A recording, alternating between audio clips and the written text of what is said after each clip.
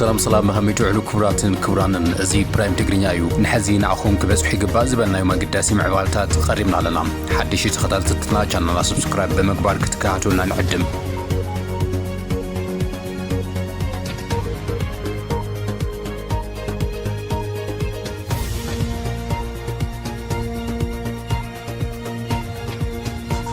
مغلا خبيت تقوم واسعبو صنح ጉዳይ ባጃጅ بخفيل ክፍታሕ ከም ዝተወሰነ ተፈሪጡም ካብ ኢትዮጵያና በኤርትራ ዘኣተወ በዓል ስልጣን እስራት ከፍትሕ ከም ዝኽኣለ እውን ተገሊጹሎም እቲ በዓል ስልጣን መንዩ እቶም ዝተፈትሑ እስራት በዓል መንዮም ክንነግረኩም ኢና ኤርትራውያን ኢትዮጵያውያን ስደተኛታት ዝምልከት ንኬንያ ሓድሽ ትእዛዝ እውን ወሪድሎም አፍልጡ ሀገርነት ኤርትራ ክትስርዝ ምዃና ዘጠንቀቀት ኢትዮጵያ ጉዳይ ሕቱ ዓሰብ አጠናኺራ ቀጺላ ኣብ ዘላትሉ እዋን በዓል ስልጣን ብልጽግና ዘቀረበው ናይ ሽምግልና ሓሳብ ኣዘራራቢ ኮይኑም ሕቱ ዓሰብ ንድሕሪት ዘይምለሰሉ ብርኪ ምብጽሑ ካብ ወገን ኢትዮጵያ እናተገለጸ ዝቀጸለ ኮይኑ ቀዳማይ ሚኒስተር አብይ ድማ መከራ ኢትዮጵያ ገና ክቅጽል ይክብላ ጠንቂቁሎም ማዕኸላት ዜና ብልጽግና ድማ ኣብ ጉዳይ ሕቱ ባሕርን ምስረታ ሓድሽ ፓርቲ ጌታቸውን ምትንታን ተጸሚደን ኣለዋ نزيوم من خلوت بركز زبالو معبالسات كنكافلكم من حبيركم ناصنحوم مقاله خبير تقوم واسع برصنح ጉዳይ ባጃጅ بخفيل ክፍታሕ ከም ዝተወሰነ ተፈሊጦም መምሕዳር ከተማ መቀለ ተወሰኽቲ መዋፈርታት ባጃጅ ዕላው ዝገበረ ኮይኑ ካብ ሰብ ባጃጅ ዝቀረበሉ ተቃውሞ ዕሸሽ ብምባል ብዓይን ሕብረተሰብ ዘለዎ ጠቀሜታን ንጉዳት አካል ትኩረት ተገይሩ ዳግም ሓድሽ ምትዕራይ ከም ዝተገበረ ካቢኔ ኢታ ከተማ አፍሊጡሎም እቲ ሓድሽ መዋፈሪ ካብ ሶኒ ጥቅምት 17 2018 ዓ.ም ጀሚሩ ብዕሊ ክትግበር ምዃኑ ድማ ተገሊጹሎም በመሰረት እዚ ድማ ዓዲ ሓቂ ቀዳማይ ወያነ ዘራኸብ ማእኸል መስመር ንባጃጃት ክፍቲ ከም ዝኾነ ድማ ተገሊጹም ካብ ዓዲ ሓውሲ ትራፊክ መብራህቲ መበገስ ገይሩ ብማእኸል ፊዚዮቴራፒ ክሳብ ዓይደር ዘሎ መንገዲ ንባጃጃት ክፍቲ ከም ዝኾነ ድማ ተገሊጹሎም ኣብ ፊት ነፊት ፕላኔት ዝነበረ መዋፈሪ ባጃጅ ብምቕያር ብኣስፋልቲ ተሻጊረን ድሕሪ ፕላኔት ክሳብ ዘሎ ኮብልስተን ተፈቒድለን ከም ዘሎ ድማ እቲ ምምሕዳር ኣፍሊጡ ኣሎ ይብል ጸብጻብ ቴሌቪዥን ትግራይ እቲ ውሳነ ብፍላይ ድማ ንስድራ ዘመሓድሩ ሰብ ባጃጅ ጽቡቕ ዝበሃል ምዃኑ ዝግለጽ እኳ እንተኾነ ኣብ ስርቂ ተዋፊረን ሕብረተሰብ ዘሸብራ ዘለዋ ባጃጃት ግን ጥቡቕ ክትትል ክግበረለን ጻውዒት ቀሪብሎም ካብ ኢትዮጵያ ናብ ኤርትራ ዘኣተወ በዓል ስልጣን እስራት ከፍትሕ ኺኢሎም ሻዕብያ ንኣስታት ሓደ ዓመት ኣሲሮም ጸንሑ ናይ ወጻኢ ዜጋታት ከም ዝፈትሖም ድማ ተገሊጹሎም ንኣስታት ሓደ ዓመት ኣብ ኤርትራ ተኣሲሮም ጸንሑ 6 ባሕረኛታት ስሪላንካ ከም ዝተፈትሑ ተገሊጹ ዘሎም እቶም እስራት ንምፍታሕ ስሪላንካ ብዝለኣኸቶም 3 ሰበስልጣናት ምሕጸንታ እንትትኸውን ሚኒስተር ጉዳያት ወጻኢ ሃገር ሚኒስተር ቱሪዝም ከምኡውን ኤምባሲ ስሪላንካ ኣብ ግብጺ ምስ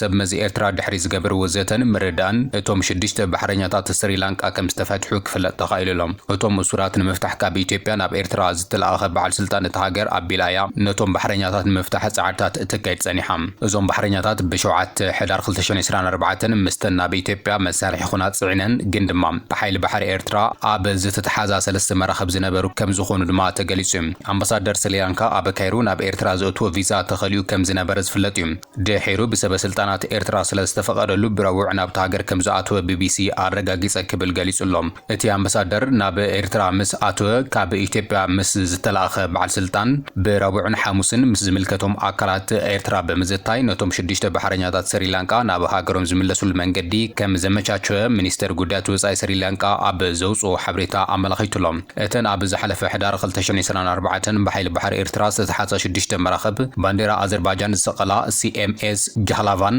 ሲኤምኤስ ኢጊድን ሲኤምኤስ ሰለስተን ዝተባሃላ መራኸብ ሓደ አገልግሎት ባሕሪ ካሲፒያን ቢቪ ዝተባሃለ ዓለም ለኻዊ ትካል መጓዓዝያ ባሕሪ ዝመሓደራ ምዃነን ተገሊጹ እተን መራኸብ እንታይ ጽዒነን ምንባረን ካብ መንግስቲ ኣዘርባይጃን ይኹን መንግስቲ ኤርትራ ብወግዒ ዝተሓበረ ነገር ዋላ እኳ እንተዘይሃሎ ናብ ኢትዮጵያ ይጓዓዝ ዝነበረ መሳርሒ ኩናት ሒዘን ምንባረን ሻዕብያ ብዘይ ወግዓውያን ሚድያታቱ ኣቢሉ ክገልጽ ጸኒሑ እዩ መንግስቲ ኤርትራ ኣብተን መራኸብ ዝነበሩ ብድምር 24 ናይ ወጻኢ ዜጋታት ይፍታሕ እምበር እተን መራኸብ ክሳብ ሕዚ ኣሲርወን ከም ዘሎ ተገሊጹ እዩ አፍልጡ ሀገርነት ክስርዝ ምዃና ዘጠንቀቀት ኢትዮጵያ ጉዳይ ሕቱ ዓሰብ አጠናኺራ ቀጺላትሉ ኣብ ዘላ እዋን በዓል ስልጣን ብልጽግና ዘቀረበው ናይ ሽምግልና ሓሳብ ኣዘራራቢ ኮይኖም ኢትዮጵያ ጉዳይ በር ባሕሪ ምስ ኤርትራ ክትሽማገል ከም ትኽእል ገሊጻ ዘላ ብኻልእ ወገን ሰራዊት ምክልኻል ኢትዮጵያ በር ባሕሪ ንምምላስ ዝወሃቦ ተልእኾ ንምዕዋት ኣብ ልዑል ምድላው ከም ዝርከብ ገሊጹሎም ሰራዊት ምክልኻል ሃገር ሎሚ ንመበል 118 በዓል መዓልቲ ምክልኻል እናኸበረ ይርከብ ፊልድ ማርሻል ብርሃኑ ጁላ ጉዳይ ኣፍደገ ባሕሪ ናይ ህልውና ኣጀንዳ ምዃኑ ዳግማይ ተዛሪቡሎም ፓርቲ ብልጽግና ብወገኑ ሕቶ ኣፍደገ ባሕሪ ዝዓግቱ ሓይሊ የለን ክብል ኣብ ዕላዊ መግለጺኡ ሓቢሩሎም ገዛኢ ውድብ ሃገር ዝኾነ ብልጽግና ምስ ኤርትራ ኣትይዎ ዘሎ ወጥሪ እናተጋደደ ኣብ ዝኸደሉ ዘሎ እዋን ምስ ኣባላቱ ዘትዩ ኣብ ጉዳይ ሕቶ ኣፍደገ ባሕሪ ውሳነ ከም ዘሕለፈ ተፈሊጡሎም ፈጻሚ ስራሕቲ ውድብ ብፕሬዝደንት ብልጽግና ኣብይ ኣሕመድ እናተመርሐ ዘካይዱ ኣኼባ በሪ ባሕሪ ናይ ኢትዮጵያ ስብራት ከም ዝኾነን ክጽገን ምዃኑ ውሳነ ሕሊፉሎም እቲ ውድብ ወሲኹ ድማ ሕቶ ኣፍደገ ባሕሪ ንድሕሪት ክምለስ ኣብ ዘይኽእለሉ ብርኪ በፂሑ ምህላው የፍሊጡ ዘሎም ሰበስልጣናት ብልጽግና ኾነ ሰራዊት ኢትዮጵያ ድሌት በሪ ባሕሪ ኣብ ጫፍ በፂሑ ከም ዘሎ ክገልጹ በተደጋጋሚ ዝስማዕ እዩ ሓይሊ ከም መማረጺ ክጥቀሙ ከም ዝኽእሉን ነዚ ዝኸውን ቅድመ ምድላዋት ብመዳይ ዲፕሎማሲ ይሰርሑ ከም ዘለው ገሊጾም ነይሮም እዮም ብልጽግና ትማሊ ኣብ ዘቐመጡ ናይ ፈጻሚ ስራሕ ኣንፈት እቲ ጉዳይ ንድሕሪት ኣብ ዘይምለሰሉ ብርኪ በፂሑ ምህላው ድማ ኣሚኑሎም ብተማሳሊ ተቃውምቲ እቲ ውድብ ኣብቲ ውሳነ ዝስማዕምዑ ምዃኖም ብምግላጽ እቲ ውድብ ምስ ሕጋዊ ኣፍልጦ ዘይብላ ሶማሊላንድ ባሕሪ ንምርካብ ኢሉ ዝኣትወ ስምዕነት ዘስዕበሉ ኪሳራ በመዝኻር ጉዳይ ዓሰብ ክገድፎ እንትብል እውን ኣብ ፖለቲካ ውሽጢ ሃገር ብፍላይ ድማ ምስ መረጻ 2018 ተታሒዙ ኢሉ እውን ኤርትራ ብዘለዋ ናይ ህልውና ሓደጋ ክትወስዶ ትኽእል ስጉምትን ካብ ግብጺ ክመጾ ዝኽእል ጽዕንቶ ምጽዋር ኣዝዩ ዝኸብድ ምዃኑ ተንተንቲ ይገልጹ ኣለዉ የኢትዮጵያ ፈተና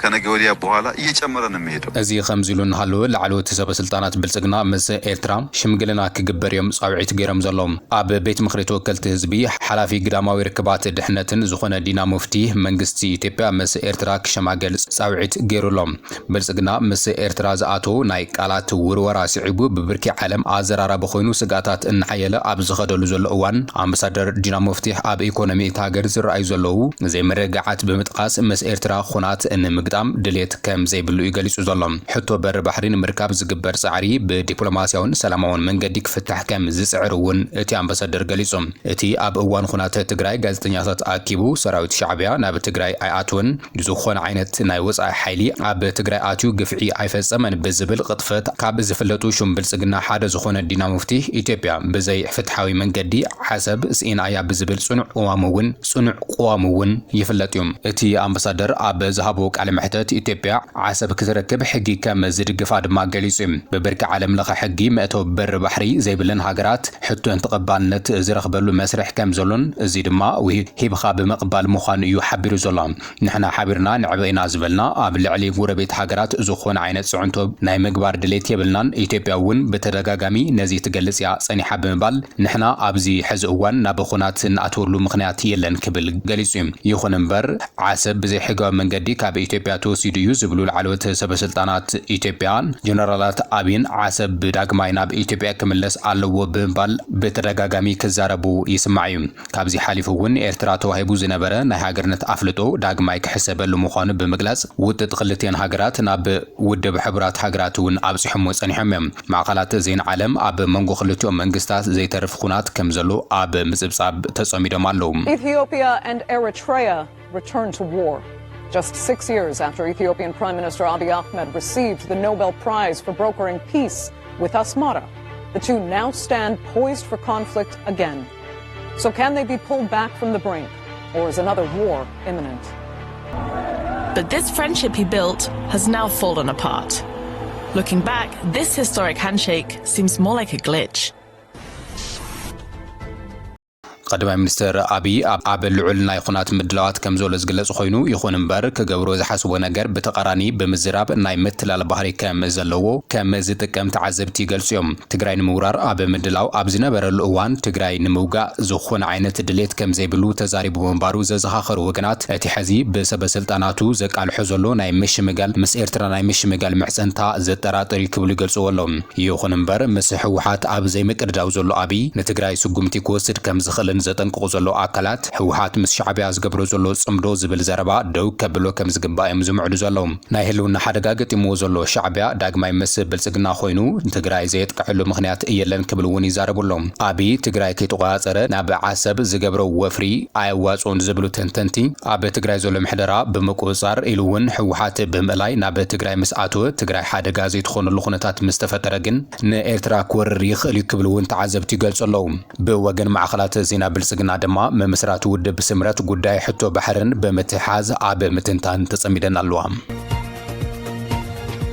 መንግስቲ ኬንያ ምዝገባ ኢትዮጵያውያንን ኤርትራውያንን ስደተኛታት ደው ከየብሎ ተአዚዙ ኬንያ ነቲ ካብ ኢትዮጵያውያንን ኤርትራውያንን ዝቀርብ ዘሎ ጉዳይ ሕጂ ዕቁባ ክትምርምሮ ምዃና በመሕባር ነቲ ኣብዚ ቀረባ ግዜ ኣብ ልዕሊ ካብተን ሃገራት ዝመጹ ኣመልከቲ ዝተገበረ እገዳ ኣነጺራ እያ ብመሰረት ዘ ኢስት አፍሪካ ዝተባሃለ ማዕከል ዜና ዘውፅኦ ሓበሬታ ኬንያ ካብ ሓምለ ጀሚራ ካብ ኢትዮጵያውያንን ኤርትራውያንን ዝመጹ ሓተቲ ዕቁባ ምቕባል ከተቋርጽ ከም ዝኽኣለት ገሊጹ ነይሩ ነዚ ስዒቡ ድማ ኣብ ላዕለዋይ ቤት ፍርዲ ጥርዓን ድሕሪ ምቕራቡ ኮሚሽነር ጉዳይ ስደተኛታት ኬንያ ነቲ ንዝቀረበ ክሲ ምላሽ ክህብ ከሎም ናይ ሓቂ ሓተቲ ዕቁባ መመዝጋብ ክቅጽል ምዃኑ ንደቂ ኣንስትዮ ብፍላይ ቆልዑን ስንክልና ዘለዎም በሰላ ዘጋጥሞም ሰባት ድማ ቆላሕታ ክግበረሉ ምዃኖም እዩ ኣስሚሩሉ ዘሎ ምክትል ኮሚሽነር ጉዳይ ስደተኛታት መርሲ ምዋሳሩ እቶም ጉዳያት ብመሰረት እቲ ናይ ዘይምምላስ መሰረታዊ ስርዓት ማለት እውን ሓንቲ ሃገር ንሓደ ሰብ ስቃይ ወይ ካልእ ከቢድ ጉዳት ከጋጥሞ ናብ ዝኽእል ቦታ ከይትመልሶ ዝኽእል ኣህጉራዊ ሕግ ይምርምር ከም ዘሎ ይገልጻ ዘላ ወሲኻውን እቲ መምርሒ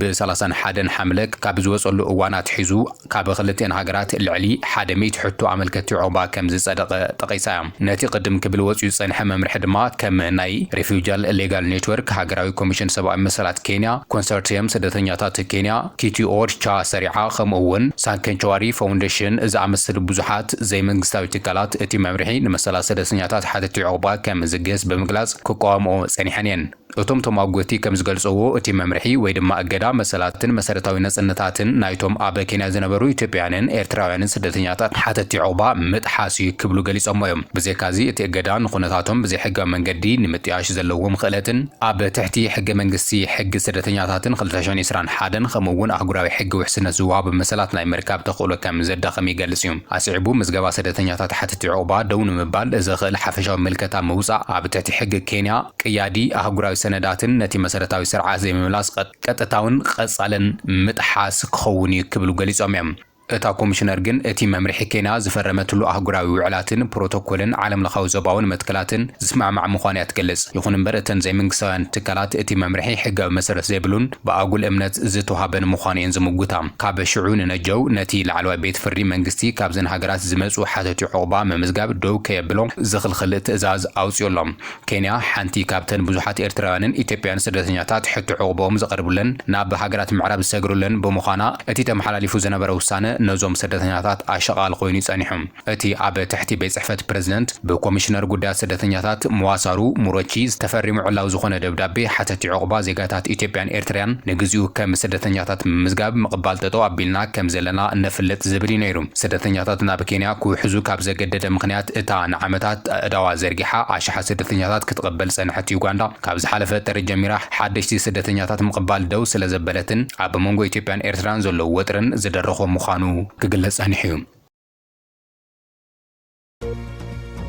مبارغس كبراتن كبرانن نلومي ناباهم زوارد نايم عبادات نزيب مسل نيرم حبيركم نازل لسانحكم وازينا نمسجن كانالنا سبسكرايب بمقبار بيسابك تخونن عدم